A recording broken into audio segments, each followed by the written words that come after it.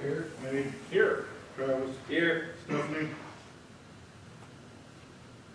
Sarah,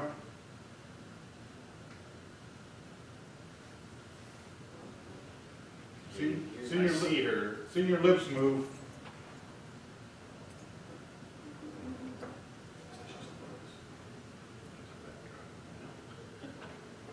Well, our volume's all the way up, so. You guys unmuted? Yeah. Big thing for me to stuff. Okay. Is it talking switch on? I don't know, whatever you just did. No, underneath the. Yeah, it turns on. It's on. I know, Oh, but it's whatever on you now. just did with that. Try turning that thing off. I know these aren't even moving. Our lights are up.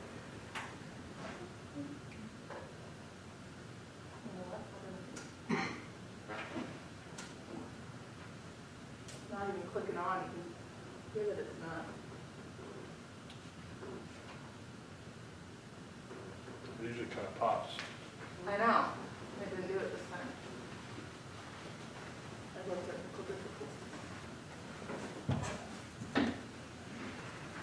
We're working on it, girls.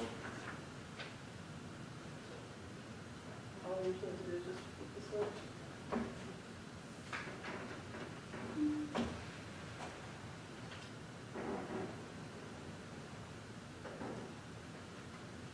Volume turned up.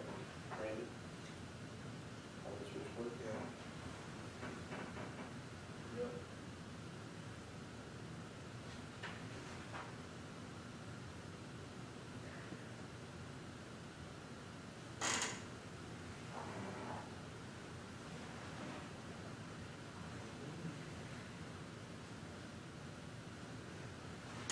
Doug?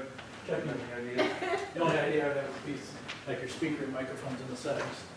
If you're on the right set. That little default change you need.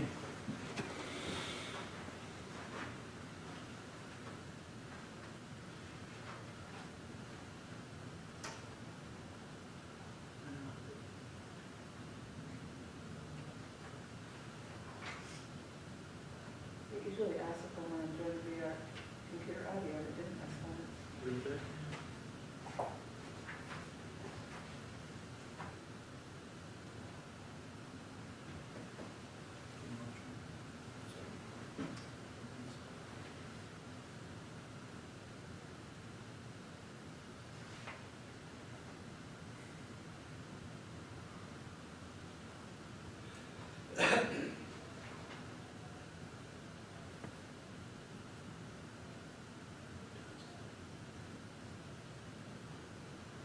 Can you hear anything now?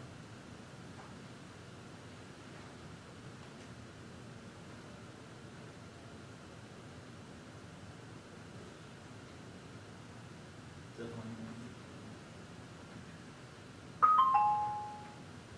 That's a good sign.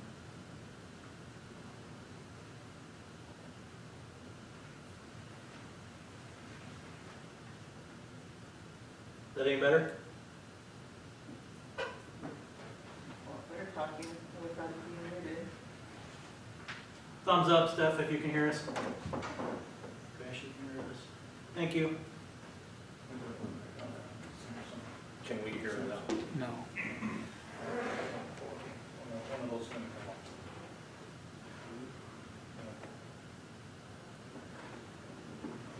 Yep.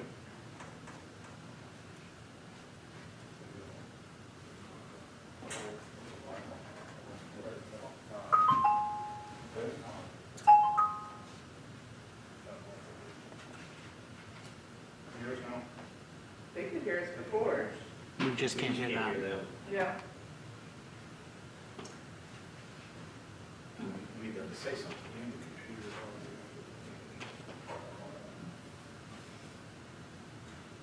Well, that's. That's cool.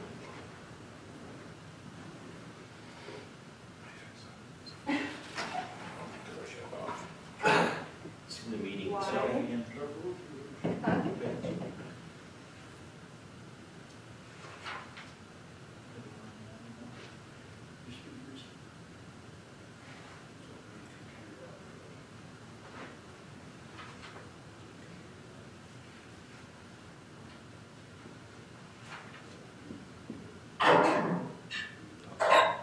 That's new. That's Sarah. Oh. Can you hear us? President. Yeah. Yep, we got you. All right, yay! Yay! Doug fixed No idea what I did. We'll take it. Okay, it. You might wanna adjust that just down if they get loud. now. All right. Call the meeting to order. Pledge of allegiance. Pledge of Allegiance to the flag of the United States of America and to the republic for which it stands, one nation, under God, indivisible, with liberty and justice for all.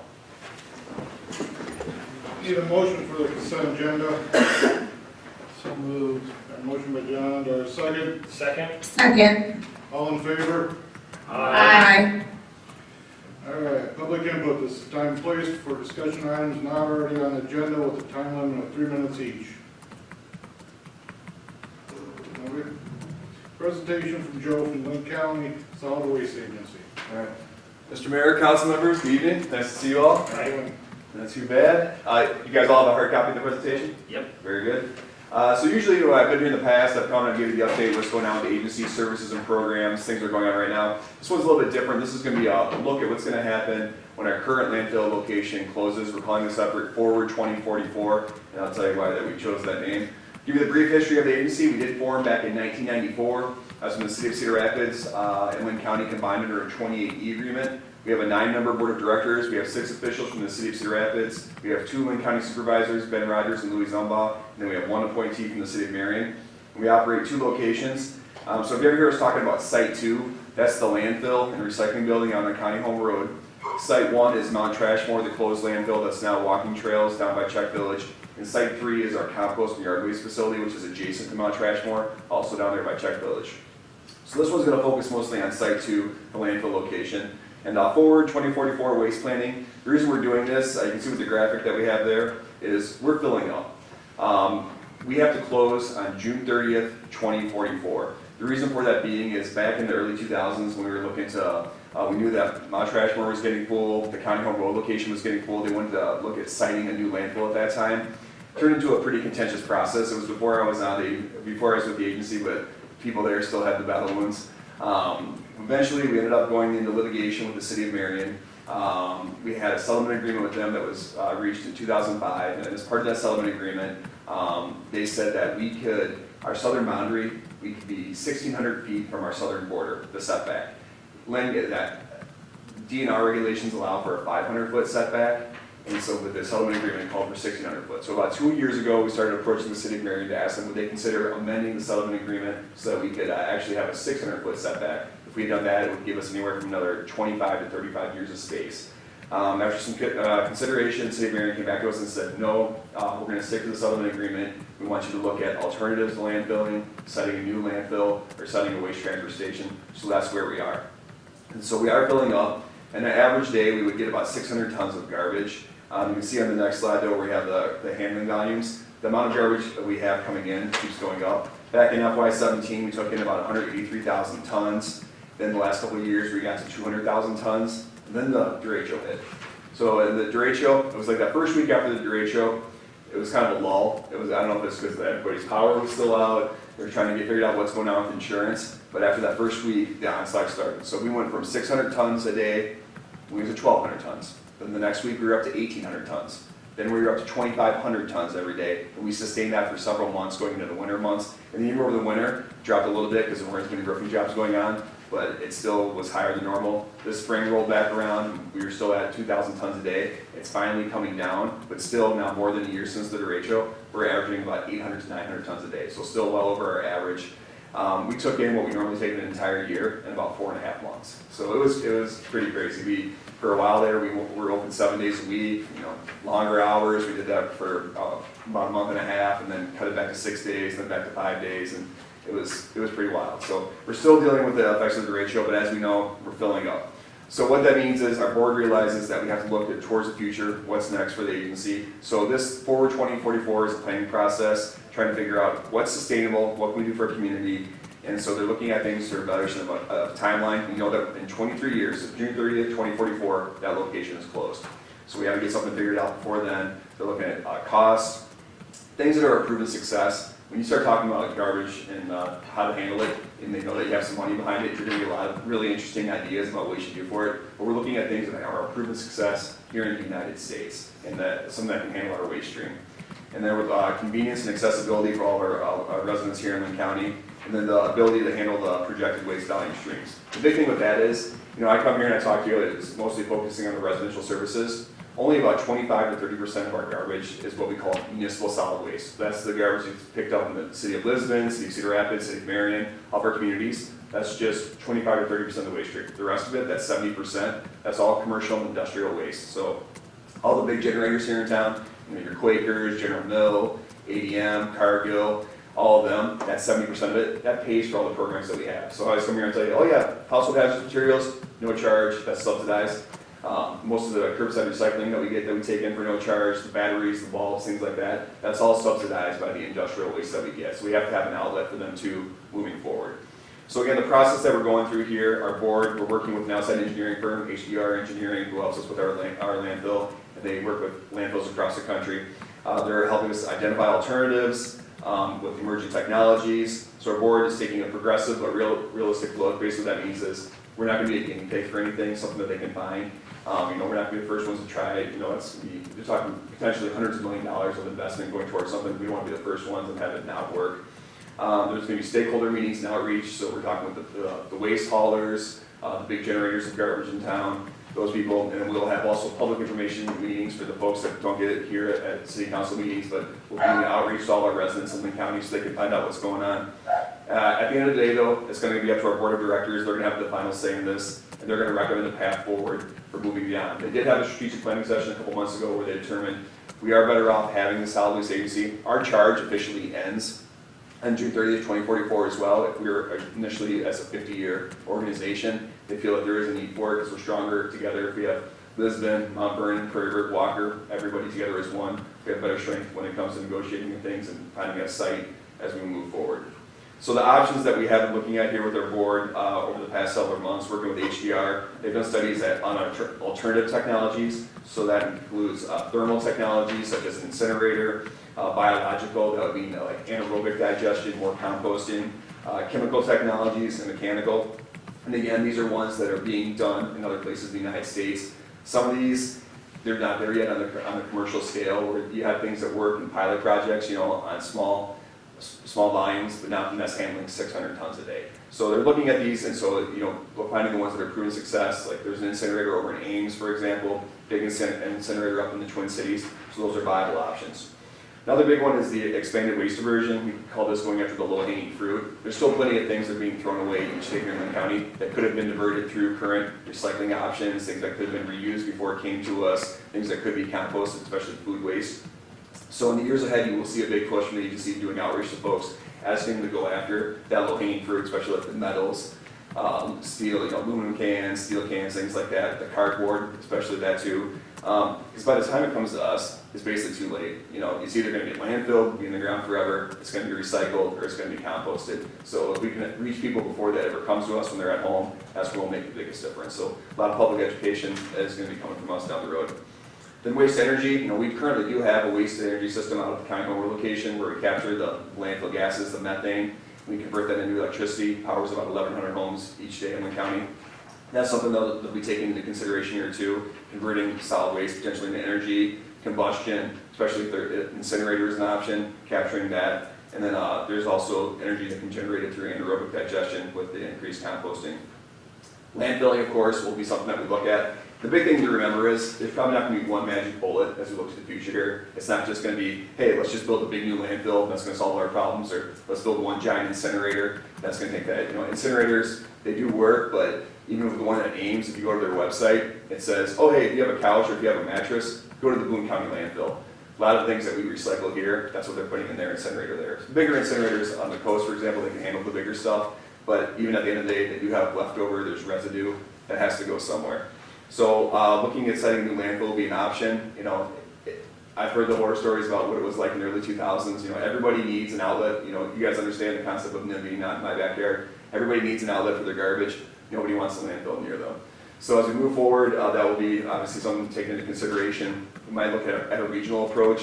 Is it something that we're part of ECCOG? Is it something where we have a landfill that can serve the needs of Benton, Iowa, Tama, and Linn County, Jones County? So we'll be reaching out to our regional partners too to see something, can we do increased composting here and filling there?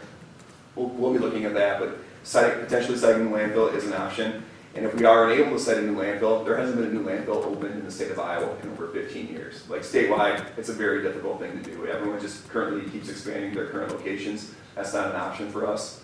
So if siting the landfill doesn't work out, waste transfer is also a very viable option. There's a good chance that our current location could be full before 2044. If that's the case, we'll convert the resource recovery building into a transfer station, so the garbage will still come there. It'll get dropped off, pushed inside, we'll load up semis, and they'll take them to a place that can handle it, be it a private landfill in Illinois or somewhere. But so waste transfer is a viable option and something that we could see sooner than 2044. We'll be looking at that. Maybe it might mean waste transfer stations in different parts of the county, so it's easier for folks to get to than just having the one location.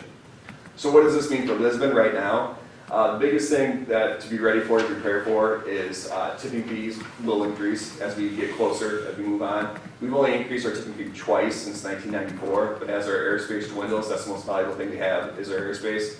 So as that lessens, our tipping fee will go up accordingly. And as soon as that's something that our board decides to do, we will let you know so that you can make arrangements. We'll let the haulers know so that they know and that the communities can compare that with your budget. But in the meantime, we're still there, we're still open. We're still taking household hazardous materials, curbside recyclables, electronics, appliances, tires. That's also happening. And we're going to continue to serve Linn County residents at that location until June 30th, 2044, and hopefully come up with a plan so that we can keep doing that even at a different spot.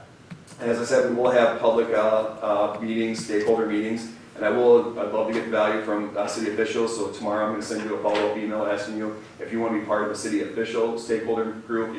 Trying to get officials from Mount Vernon, I've been at Fairfax, Walker, Hiawatha next week, Center Point tomorrow. We're trying to get all of you guys together in one group if you want to have input so we can take that back to our board and say, hey, these are the folks representing all our residents. Here's what they have to say. Here's their input, what they would like to see for Linn County. We'd love to hear that.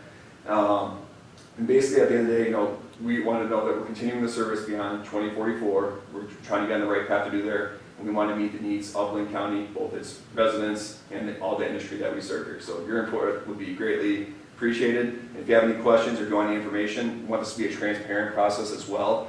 Everything that our board is seeing, we put on our website. We have a page on there for 2044. You click on that, you'll see all the studies, all the looks into the alternative technologies. Everything that we've seen so far is on there. And please feel free to check that out. If you ever have any questions or need more information, reach out to me, and I'll try to get to you as soon as I can. Any questions for Joe? No, thank you. Thank you, Joe. Yeah, it'll be a long process, but yeah, we'll keep you informed as we go along. Thank you, Joe. Thanks. Thank you, Joe. All right, presentation by Maggie from Speer Financial. Good evening, everyone. I'm Maggie with Speer Financial. I've given you in your packets your TIF report, your TIF and debt report. These are the colorful pages that we present, and I appreciate you letting me zoom in this evening. I was at another meeting about 35 minutes ago, and I rushed back to get into a location where I could deliver this, so thank you again. The red pages, I remind you, they outline the outstanding general obligation debt that the city has. We have the 2015, the 2018, and then newly the 2020 debt. Those outstanding debts, you see they have the header column. It shows how much debt was issued, the date that it was issued. I remind you that the TIC is the true interest cost associated with that issuance, so that's the interest rate associated. We give you principal and interest, and on page 2, we outline of those red pages, we outline the total principal and interest outstanding. Then we show you that you buy down some of that debt with TIF revenue in the yellow column, sewer revenue and water revenue, and they do reference the 2011B, which was part of the refunding issue of 2020, and then part of the 2020 bonds are paid with water revenues, and so we've shown you that. And we give you then a total property tax levy amount with an arrow drawn for fiscal year 23 of $69,220. And this just is kind of getting you prepared for your budget season as you get underway with that. We then go on to your orange page, and the orange page is where we list any revenue debt that the city has outstanding. So I remind you, revenue debt does not count against your debt capacity. The revenue debt also must be paid with the revenues of the system. You'll notice that in the far right column, there is no property taxes that can be levied. It must be paid with the water and the sewer revenues. We've got a sewer revenue, if it's referred to as the SRF, that's the State Revolving Fund. So we've got a 2004, a 2009 water SRF, 2018 SRF for sewer, and then in 2018, we'll call it supplemental sewer SRF, which has been that you exceeded the original loan size, and that could have been, I think, an add-on project that was done after the fact as well. Again, the biggest takeaway from here is that you cannot levy property taxes for any of the debt that you have outstanding in the revenue category. That must be paid with the revenues of the system. We go on, and you do have 2 rebate agreements in your purple pages of the report. You have the Brothers Market, which is a rebate agreement that expires in 2023, or you will pay that final payment in 23. And you're just getting underway this year with the Budget Blinds rebate agreement for fiscal year 22. And in that rebate agreement, you will rebate 100% this year, and then that goes down to 90, 80, and so on and so forth down. We anticipate this is a rebate agreement of about $350,000 is the not to exceed number. Based on our estimates and based on this rebate for this fiscal year of 22, we anticipate that you may get them paid off sooner than the 2031 expiration date. So it will be whatever you've paid them to date, 2031 will be the end, or if you reach the not to exceed number of $350,000 before that, that's when that will end.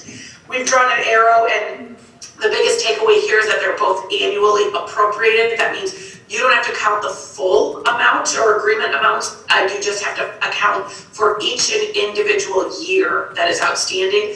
And that really saves you on debt capacity. So we go on to your yellow pages, and this is where we outline any TIF revenue that comes in to pay any GO debt.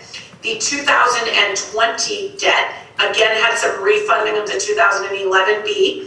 $380,000 of that was set to be repaid with TIF. So we've broken that down.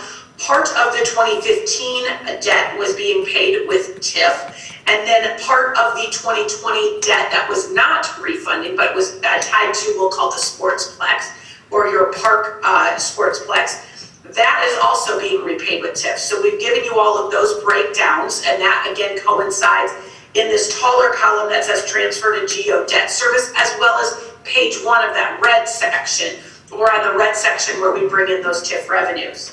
We bring in also the Budget Blinds and the Brothers Market rebate agreements here in purple. And this draws an arrow over to fiscal year 23, and it looks like you will need to ask for receipts in the TIF district of no less than about $235,229. Again, we say that, we always encourage our administration to round that number up, just because if something changes, and let's say there's more value added to one of those rebate agreements, meaning they pay more in taxes, you very well may be paying more in a rebate agreement, and we want to make sure that you have enough flexibility in that number. So just a couple more sections, but we have your general obligation debt capacity section, and that is in kind of our mint colored green. We look at column number 2 and read straight down. So the City of Lisbon has an actual property valuation of $175,642,000. At 5% of that, which is your legal debt capacity, that's $8,782,000. You have GO debt outstanding of $5,237,000, and you have rebate agreements, again, annually appropriated of about $88,000 this year. You will pay back general obligation debt this fiscal year of $418,000. And you have those rebates, again, will be paid back at $88,000. That leaves you debt that's not a debt capacity that's not obligated of $3,963,000. Most of our councils, as yours has in the past, has said we don't really want to issue more than 80% of our total debt capacity. So if we take off that 20%, or about 1.7, that leaves you with $2,206,000 of debt capacity. capacity that you could borrow against if you had projects that needed to be financed. Again, with GO, that could be levied with property taxes, paid with other sources of revenue as well. You did grow at 2.3% last year. We did take a more conservative approach and did a 1.75%. And this just goes on for 2 pages, and we just keep adding 1.75% to that actual valuation. This sheet changes every year because you pay back more debt and your valuation changes every year. And so that's why it's important to know kind of where you stand with your debt capacity. And then we go ahead and go on to our blue pages and talk about the outstanding TIF district, the downtown, or what we would consider the industrial or NOVAC TIF district. Looking at column number 2, this is where we show increment above the original base value. So in a TIF district, there's base value, and I say that's your desk in front of you, and everything that gets built above that is incremental value, and that's what we're showing here. That's where TIF dollars are produced, is that new growth. You have $10 million of commercial growth, $2.3 million of industrial. We've got approximately $29.5 million of residential and about $8.2 million of multi-residential. So if we add all of those together and take them times the TIF tax rate of $28, we come up with $961,000 of TIF receipts that could be collected upon annually. You are collecting approximately $143,000 for your TIF askings, for what you're asking for GO debt, and about $88,000 on those TIF rebate obligations. Again, getting us just over that $200,000 mark.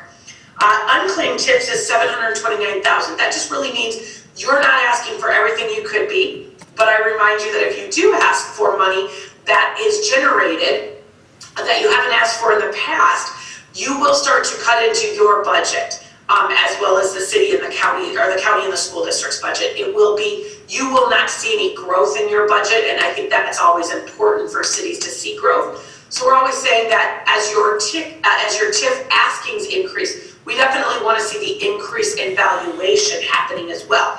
You did increase by about 19% last year. Again, so we feel more confident that you're claiming a few more TIF dollars than you have in the past. But again, it coincides, we really do believe, with the growth that's occurred, especially with that budget blinds. That probably gave you a significant amount of growth in this TIF district is probably what you're seeing for the most part. This goes on for a couple of pages, and then we also do just point out that you still have the Casey's TIF district that's set to expire in 2027. It does produce a few TIF dollars. It was stand-alone, so it was not included in your other area. You don't have any obligations outstanding against it, so you're not collecting any of those dollars, but it's important that you know that it's there, just in case something would pop up next to Casey's and you wanted to use some growth off of that to maybe jumpstart a project or something of that nature. So with that, I answer any questions that you have, but I do plan to stay on for the next couple of items on your agenda. Those are related to certification. One of the items that you're doing is you're certifying your debt for the fiscal year 23 to the county. That is due by December 1st. Also doing, referencing the annual TIF report. There's the annual urban renewal report that gets filled out. And then I think annual financial report for fiscal year 21 is on there for approval. So I can stick around in case there are any questions on that as well. Any questions for Maggie?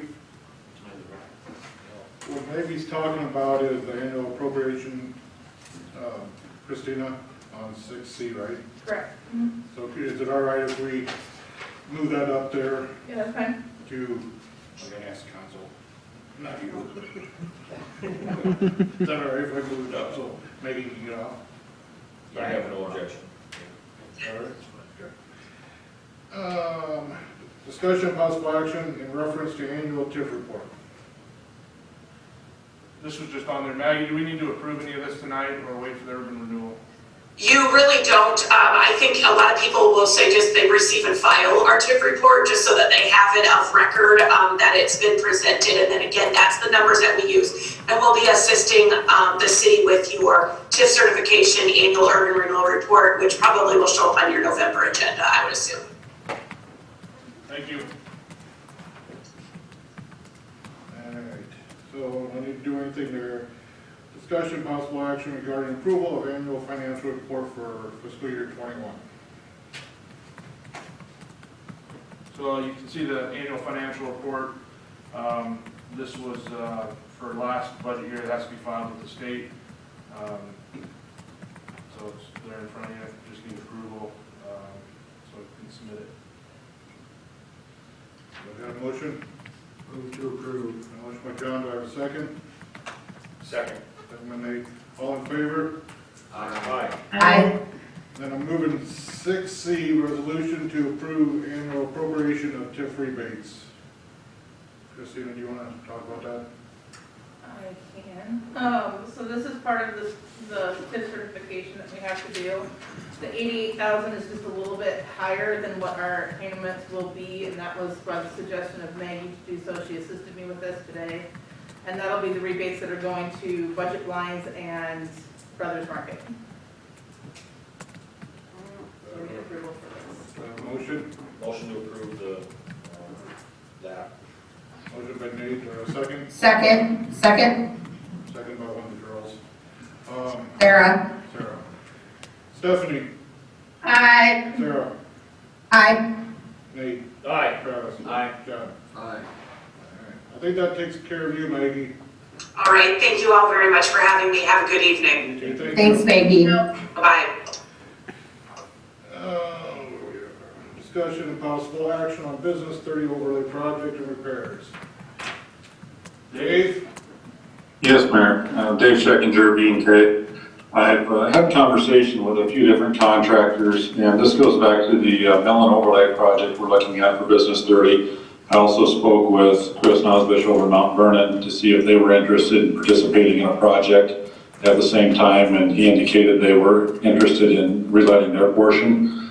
In talking with the contractors that are outside of the area to see what would make them interested in coming in, they indicated that likely if we could put this on for bid shortly after DOT let their projects that had asphalt mill and overlay or asphalt reconstruction, that if one of those contractors was in the area for a larger project and had a plant set up, they would be much more willing to take a look at a project of this size. So looking at the DOT bid lettings coming up, there are a few projects in Jones County and Linn County. Further down the road, Highway 30 from Lisbon to Mechanicsville is up for a pavement rehab of about $3 million, but that's not until calendar year 2025. So our best bet is to kind of keep an eye on these DOT bid lessons that happen about the third Tuesday of the month and see if there's a project in the adjacent county where we would have someone that would bid, that would have a facility they would put in place. Looking at the next bid letting being in November, that's probably our best bet is to take a look at it at that point again, knowing that we don't really have any reason to bid it too soon. We're not going to start the work until May at the earliest next year anyhow. So the recommendation would be just to monitor the situation. The plans are ready from our previous letting. And once we see an opportunity, try to get those plans out for those contractors to look at that time. Okay. Any questions for Dave? No. Sounds good. So, do I need a motion on anything? No. Thanks, Dave. Discussion and possible action on purchasing new bunker gear for fire department. All right, so this is part of the AFG grant.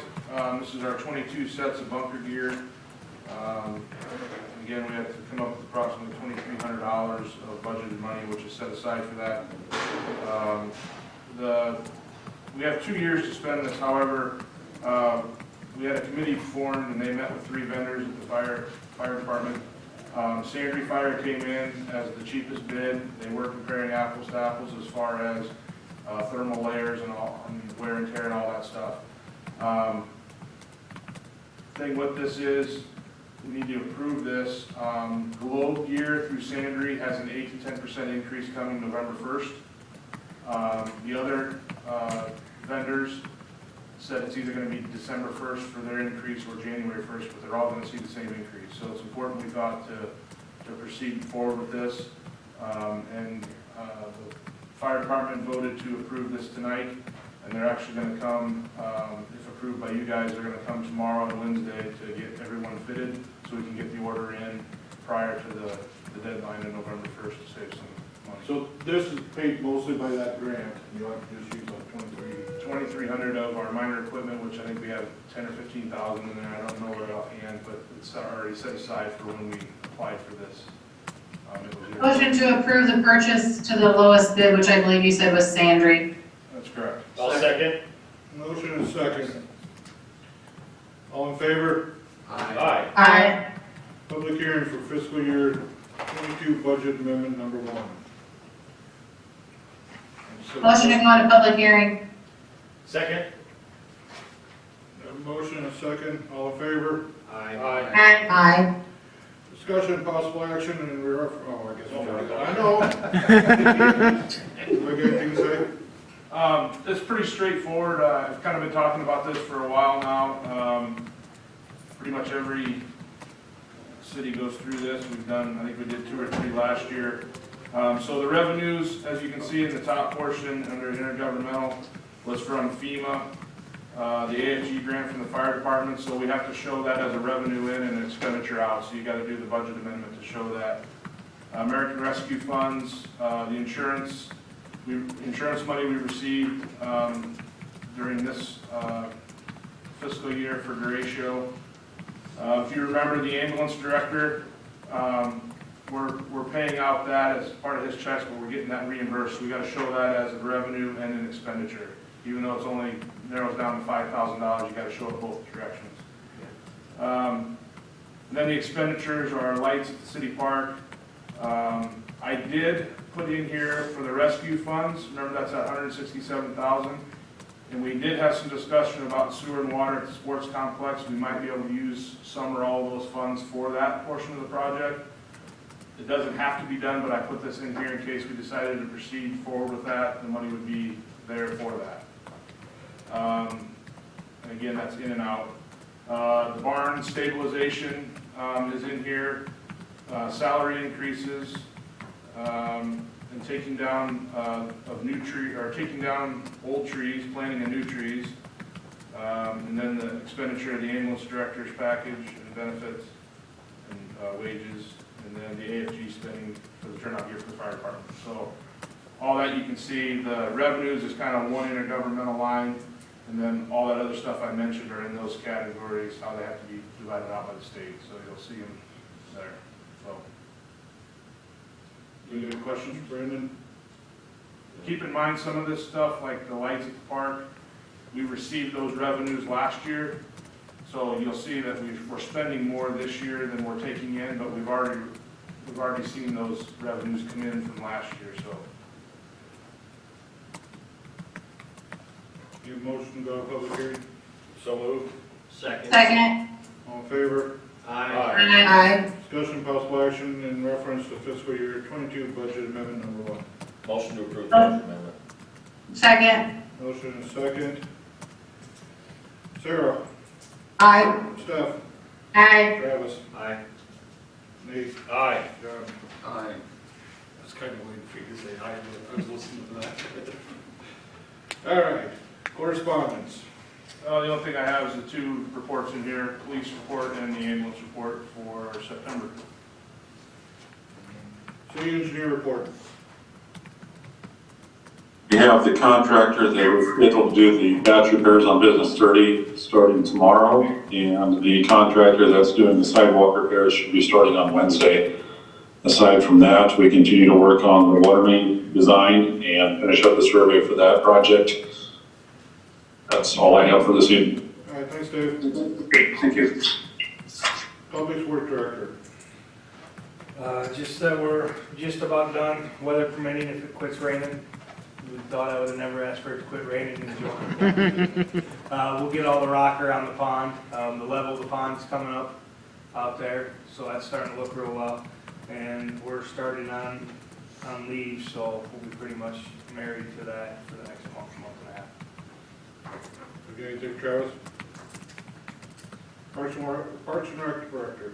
Director? Not a whole lot. We have 13 days of Halloween activity that's going on right now. It's going really well. We're getting a lot of positive feedback. And then girls basketball started on Sunday. First game start on the 6th, and that'll run till throughout November. And then boys basketball registrations will start at the end of November. The only other thing I just had my park and rec meeting. I was just curious, we usually set hours for trick or treating. I know we're not doing Halloween town, but I didn't know if we were gonna set the 5 to 7 trick or treating hours, or if we were just gonna leave it open for. I don't, you know, we could set them, but kids are gonna go whatever I time. just didn't know. I know we have in the past, so I didn't know if we wanted to this year, or just let them trick or treat when they want to trick or treat, I guess. So. We've been telling them traditional trick or treating is what we're doing, so porch lights are on, stop, field,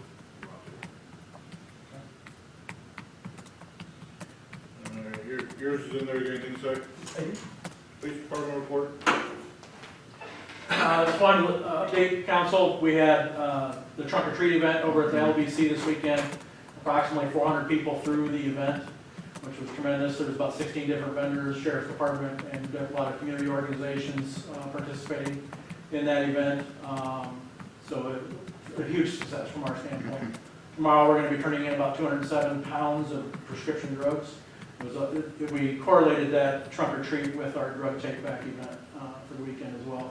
Those 207 pounds are a portion of that, but then the boxes that are sitting out here collected from that since our last drop off in the spring. So a lot of prescription drugs coming in, which is great from that aspect as well.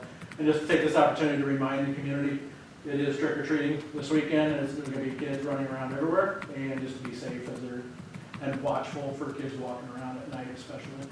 So that's all I got. Thank you. All right, thanks. Ambulance Director, is there anything from him? Nothing else I want to report, okay. Fire Chief? nothing fire department related. Okay. City Administrator? Some of these guys stole my thunder, so, we're gonna be working to take down the flags, the American flags like we do every year, so Travis is gonna, help with that. I don't know if you guys have noticed, but the historic district Trailblazer signs that were ordered moons ago came in through DOT.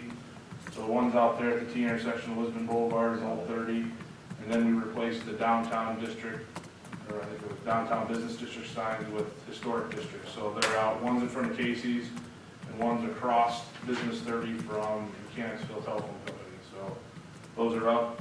DOT will be getting the one out on the bypass with the arrow to Lisbon. They do have the one up on Highway 1 if you've been southbound on Highway 1 and noticed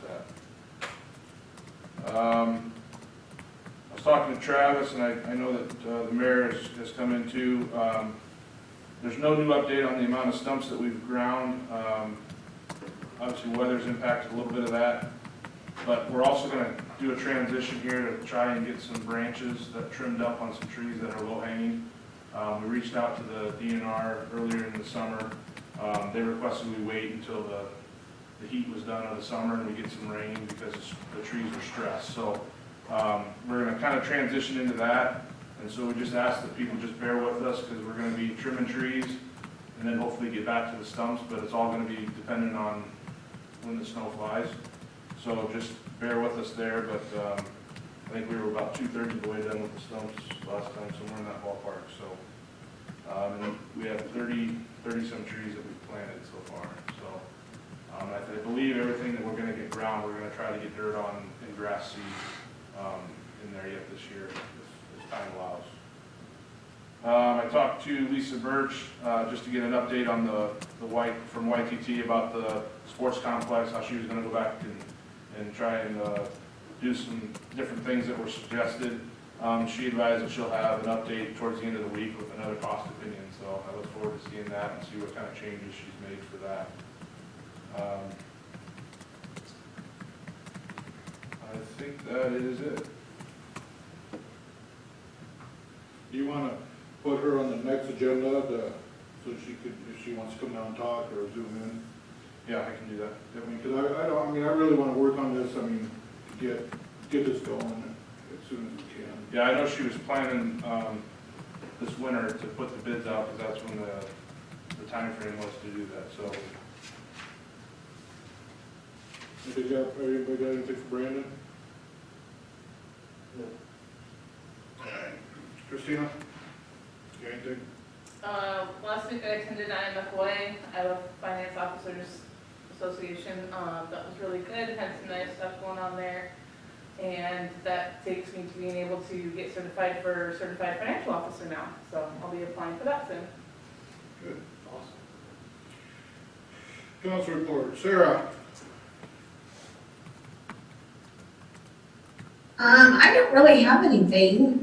Just thank you for everybody for pushing through, and the year's almost over. Trick or treating is happening this weekend, so be cautious. That's all I got. Steph? Well, congratulations to the football team for winning their game the other night, and they're on their quest for the playoffs there, so good luck to them. Outside of that, just kind of on a personal note, you know, I'm almost done on the council, and I sit here and I think about what we've done, you know, as I've been on the council and been part of it. And there's just one thing that I still just don't feel good about, and so I'm just putting this out there for you guys tonight because I am going to request that it's put on an agenda, the next agenda actually, and it has to do with Officer Frankfurt and how things were left with him when he left, because we did not allow him to take his sick time, we did not pay him out on his sick time, and it's just really something that I don't feel good about. I'm not saying we should pay him all of it, but I am saying that, you know, we didn't really give him an option to do anything with it. And we couldn't really allow him to even be out sick at the end because we were down to one officer. Amy was on maternity leave and he was the only officer that we had. And I would just like the council to, you know, think about it for the next couple weeks and see how you guys feel about it, and then have some discussion about it at the next meeting.